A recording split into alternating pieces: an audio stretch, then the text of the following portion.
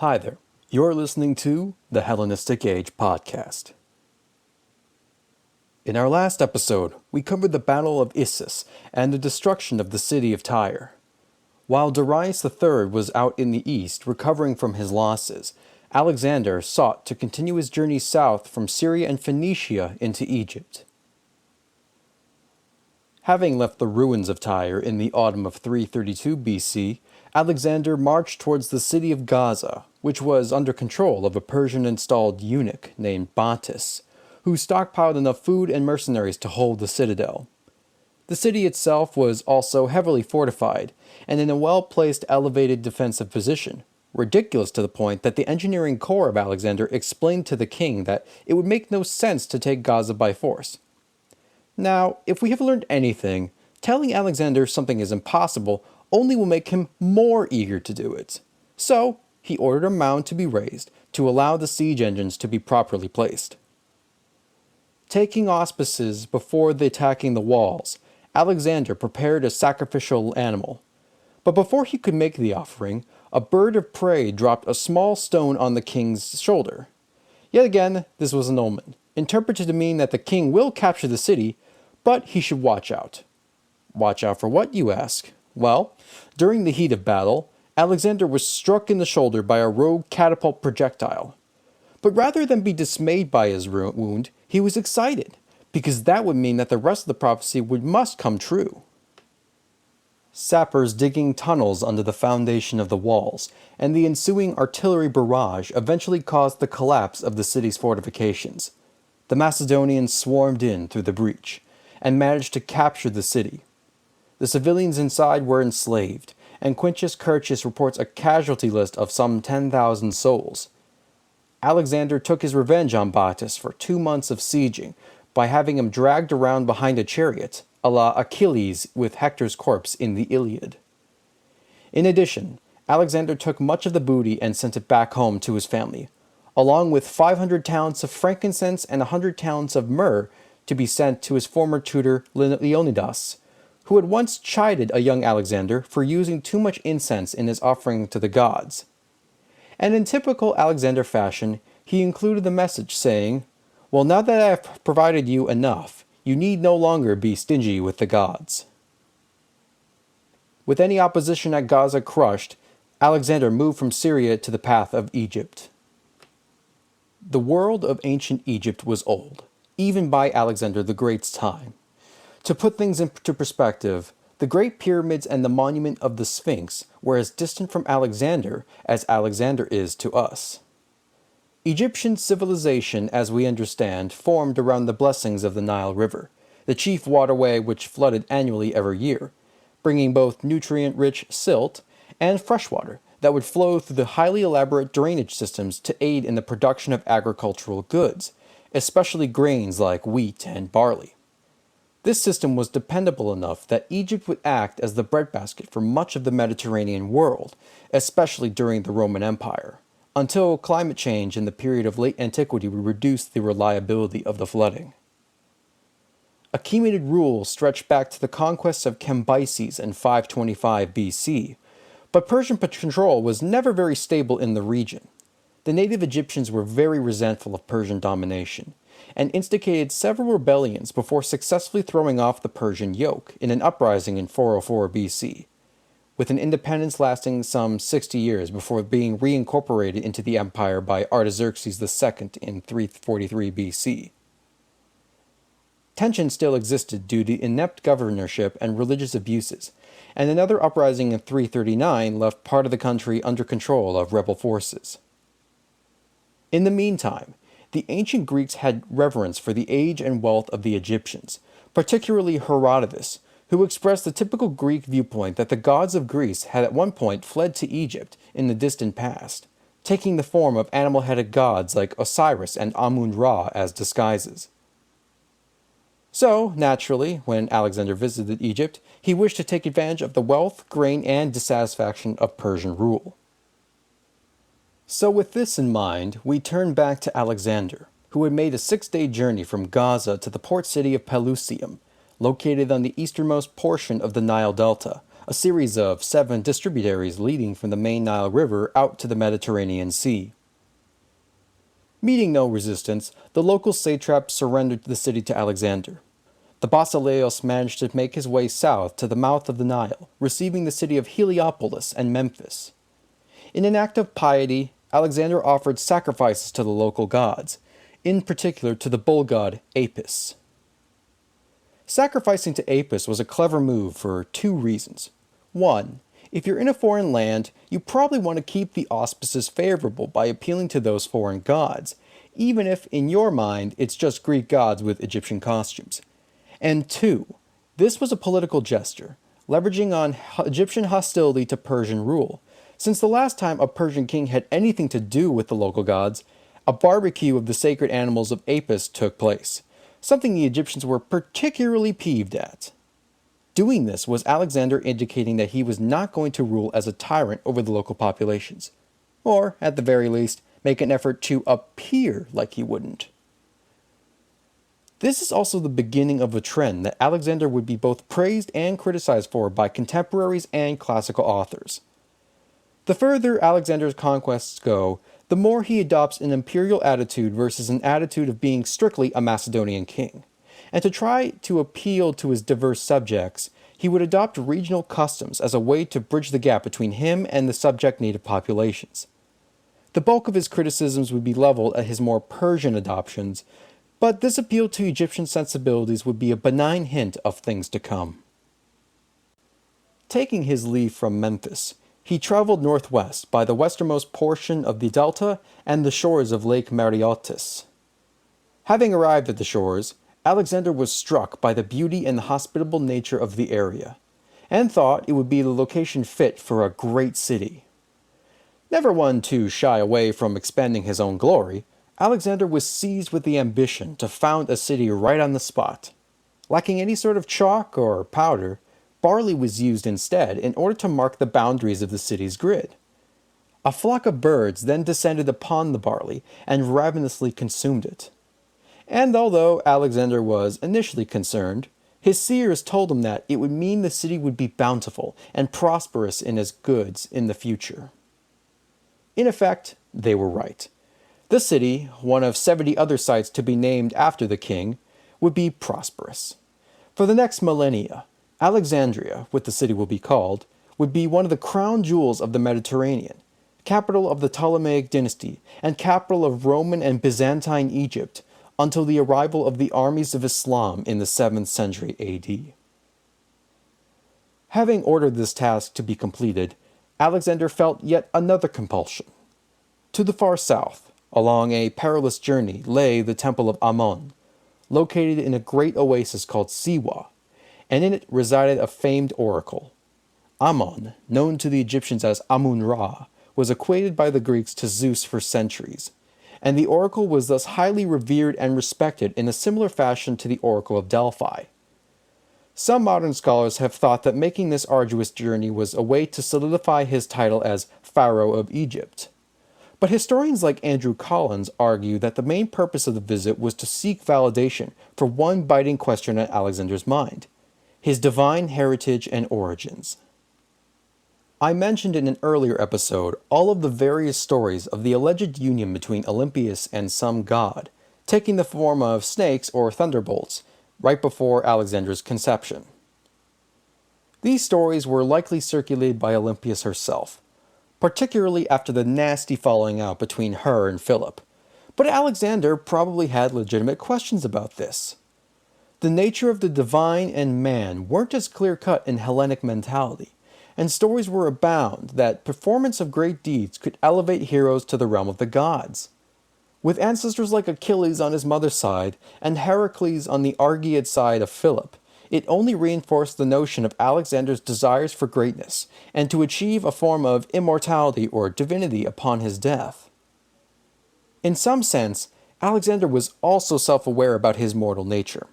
And although he would try to emphasize his divine side towards the various non-Greeks he ruled, people more accepting of god-kings and the like, he was more restrained with the Greeks and Macedonians under his command, and never pressed too hard on the matter, even if rumors abound with the potential conspiracy against Callisthenes later on in the campaign.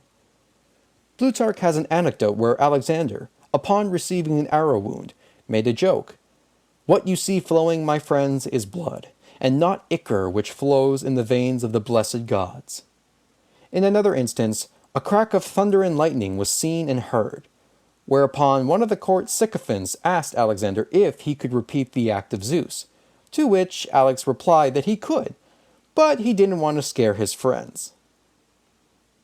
So with this in mind, he and a number of companions, including Ptolemy, had marched southwest about 600 miles, with little water available and miles of uninhabited wasteland separating them.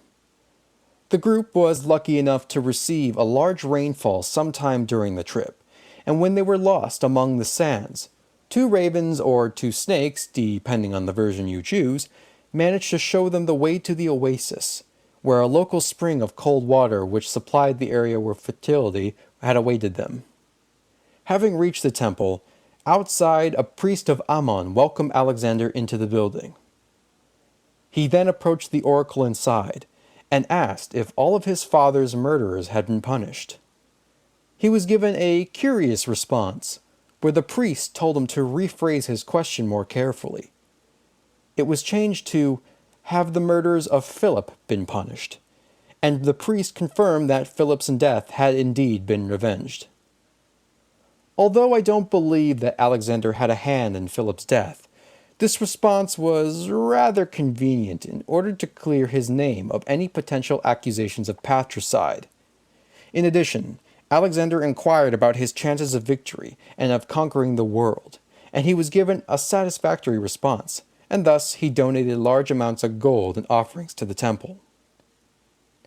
It is also said that Alexander had a few questions with answers he sought to keep private between himself and his mother only.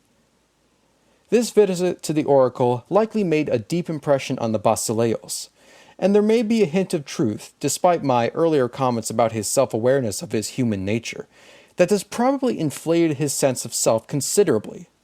Asking him to change "my father" to Philip in the question clearly insinuated to Alexander that Zeus Ammon was indeed his father. Returning back to Memphis, Alexander sought to make administrative adjustments and solidify his rule over Egypt. He appointed multiple satraps, both Macedonian and Egyptian, apparently not wanting one man to hold power over the entire region. Given the wealth, resources, and location of the satrapy, it would be quite easy to start a rebellion, something later noted by the Roman Emperor Augustus, who had also prevented higher-ranking senators from governing the region. While in Memphis, Alexander received reports of the activities of King Hajus III of Sparta. Hajus had been stirring in Greece since Alexander crossed the Hellespont, waiting for the opportune moment to strike. After receiving money and mercenaries by way of Persian funding, he had captured much of Crete. In the meantime, Antipater, the regent left behind by Alexander to govern Macedon, was kept distracted by a Thracian revolt, and when word of Hajus' revolt reached him as well, he moved out with an army. At Megalopolis in Greece, Antipater met Hajus on the field of battle, where the Spartan king was slain, and the revolt was crushed. Perhaps as a gesture to reaffirm their goodwill, the rest of the League of Corinth ordered the golden wreath to be sent to the Basileus in order to commemorate his victories in Phoenicia and Syria. Licking his wounds after his previous defeat 2 years prior, Darius had been gathering a vast horde of arms and soldiers, even larger than the army he commanded against Alexander at Issus, and Alexander himself was desperate to bring the war to a close. Alex made an unopposed crossing across the Euphrates River into Mesopotamia in August of 331, and some of his scouts had managed to capture and interrogate several of the great king's men, who all gave the same response. Darius was situated near the town of Arbela, at Gaugamela, along the northern half of the Tigris River. With this information, Alex marched his army across the Tigris with no opposition, and reached Arbela by late September. Alexander was located some 4 miles from Darius' camp, when he convened with his officers, and on recommendation by Parmenion, he ordered the men to set up their encampment, while he himself would inspect the battlefield. Upon returning back to camp, Alexander approached his men. The king spoke about how he was not needed to inspire his men, that their own record in battle proved their bravery, that they should also be aware that this victory wouldn't be for a mere satrapy like Syria or Phoenicia. It would be for all of Asia. To the victors, the spoils of empire. In his council, Parmenion advised the king that they should attack that night to take the Persians by surprise, seeing their numbers to be reduced to chaos. Alexander refused, claiming he would not steal victory, and that it would be hollow and not psychologically crushing to Darius, and so the Macedonians rested for the night. The location of what would be known as the Battle of Gaugamela, less popularly called the Battle of Arbela, was a flat and open plain in modern Iraq. Darius, learning from his mistakes by engaging the enemy on less favorable terrain, had sought to take full advantage of his numbers and cavalry forces. At the same time, though, it is interesting that Darius had never attempted to try and disrupt Alexander's movements, or the famously huge baggage train that trailed the Macedonian army. Darius has been criticized by authors for also not using the Tigris to mount a steady defense to prevent Alexander from reaching him at all. The classic authors also love to point out that Darius also had the land leveled by the drivers of horses, purportedly to allow for more effective deployment on the most flashy of Near Eastern weapons, the scythe chariot. Scythe chariots are quite scary sounding and have a certain glamour to them, but they're really not that effective. But it's a common motif to point it out for that cool factor. As I mentioned before, the forces of Darius were enormous. Arrian lists a collection of some 1 million infantry and 40,000 cavalry, most scholars suggesting about 100,000 men in its entirety, which is still substantially larger than the 46 to 47,000 Macedonian troops. Included are Bactrian cavalry, some of the finest in all of the East, horse archers from the steppes, Indian soldiers, the famous Persian immortals, also known as the Great King's apple-bearers, referring to the round counterweight on the butt of their spears that resembled an apple. There was also 200 scythe chariots, and, curiously, 15 war elephants. Though this marks their first appearance in a battle of Western forces, the elephants will be left on the sidelines, and don't take part in the engagement. What a bummer. At dawn, Parmenion and the officers, surprised at the abnormally late absence of Alexander, approached the tent, and found the king sleeping rather peacefully. Slightly annoyed by this, Parmenion asked how on earth could he be so relaxed at a time like this, to which Alexander smiled and claimed that the battle was already won, supremely confident in whatever his plans were. Donning a beautiful set of armor, a brilliantly polished steel helmet adorned with jewels, and an ornate cloak gifted to him by the people of Rhodes, he was prepared for war. Mounting Bucephalus, he gave the order for the battle lines to be drawn. The Persian forces were divided into a front and back line, with Darius sandwiched in the middle to command. On his left flank, the cavalry of Bactrians and Persians were to be commanded by the Persian Bessos, a talented leader and seemingly trustworthy advisor to Darius. Placed along the center were various infantry troops, such as Greek mercenaries, famed apple-bearers, the scythe chariots, and war elephants. The Persian right was commanded by Mazaios, who led another collection of cavalry, and the back line was staffed with a mass of infantry. The Macedonians would take their usual positions. Alexander would lead the right wing of the cavalry, along with Philotas and various light infantry like the Agrianians and Peltasts. The center was lined with phalanx battalions, led by Crateros and Perdiccas, among others. The left wing would be guarded by Parmenion, with a phalanx and various allied cavalry forces. Meanwhile, a rear phalanx would remain behind the troops in case of encirclement, an event certainly possible given the large number of Persian forces. The twist to this formation was that Alexander did not have his battle line oriented 1-to-1 to face the Persians straight on. The army was instead turned obliquely at an angle, whose center was aimed at the Persian right flank. With the movements of Alexander, the battle had begun. Alexander led his cavalry to the right, towards the uneven ground to prevent or reduce the use of the Persian chariots. In response, Darius also sent some of his left flank to follow Alexander, to prevent that wing from extending. But these were pushed back by the heavy Macedonian cavalry. Bessos then threw the rest of the large Bactrian forces at Alexander again, while the scythe chariots were sent into the Macedonian phalanx. These had little effect, as the phalangites created openings on the signal to allow the chariots pass through harmlessly and be set upon by the shield-bearers and Agrianian light infantry. On the Persian right, Mazios would lead a cavalry charge against Parmenion and the left wing, putting immense pressure on the allied cavalry and the Macedonians. Alexander, noticing that a gap in the Persian line had opened up due to it being stretched in an attempt to outflank the Macedonian right, he led his companion cavalry and part of the phalanx in a wedge formation, charging straight at Darius himself. In a repeat of the scene at Issus, the great king turned and fled in terror, with Alexander hot on his tail. The rest of the Macedonian army was not doing as well. Parmenion was just managing to keep control of the left flank.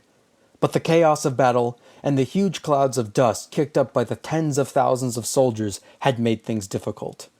The baggage train of the Macedonians was also being plundered by some of the Indian troops, who saw an opportunity to free prisoners of war when Alexander's movements had allowed a gap to form inside the phalanx center. Worried about the state of the army, Parmenion sent a messenger to call King Alexander back to help. The sources say that Alexander did receive it, and he called off his pursuit.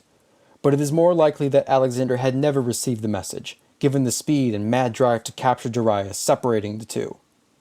But in any case, Alexander cut off the chase, and Persian cohesion would fall apart upon word of the great king's retreat. Victory belonged to the Macedonians. Among the blood and gore in the sweltering heat of that early autumn day, almost 50,000 Persian dead laid the battlefield. The Macedonians lost somewhere between a few hundred to a few thousand men, and lost over 1,000 horses due to the brutality of the cavalry clash. What would be known as the Battle of Gaugamela would be a shining example of Alexander's tactical brilliance, even if it must be tempered by the tactically unwise move of pursuing Darius, and thereby leaving the rest of the army, in order to achieve that political victory of subduing any resistance by the great king.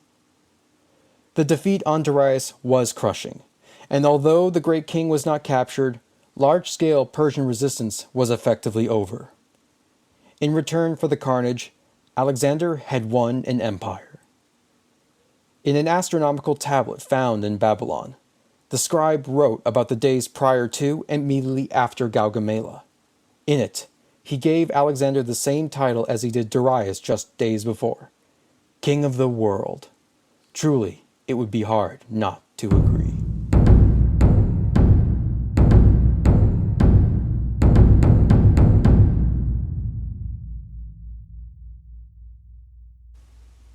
I hope you all enjoyed this episode. I'd like to thank all of my listeners for your support in making the show.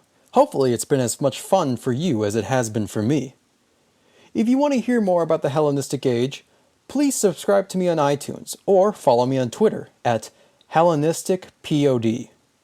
I would also sincerely appreciate if you left me a 5-star review on iTunes. It'd be a big help to the show. But until next time, this has been the Hellenistic Age Podcast.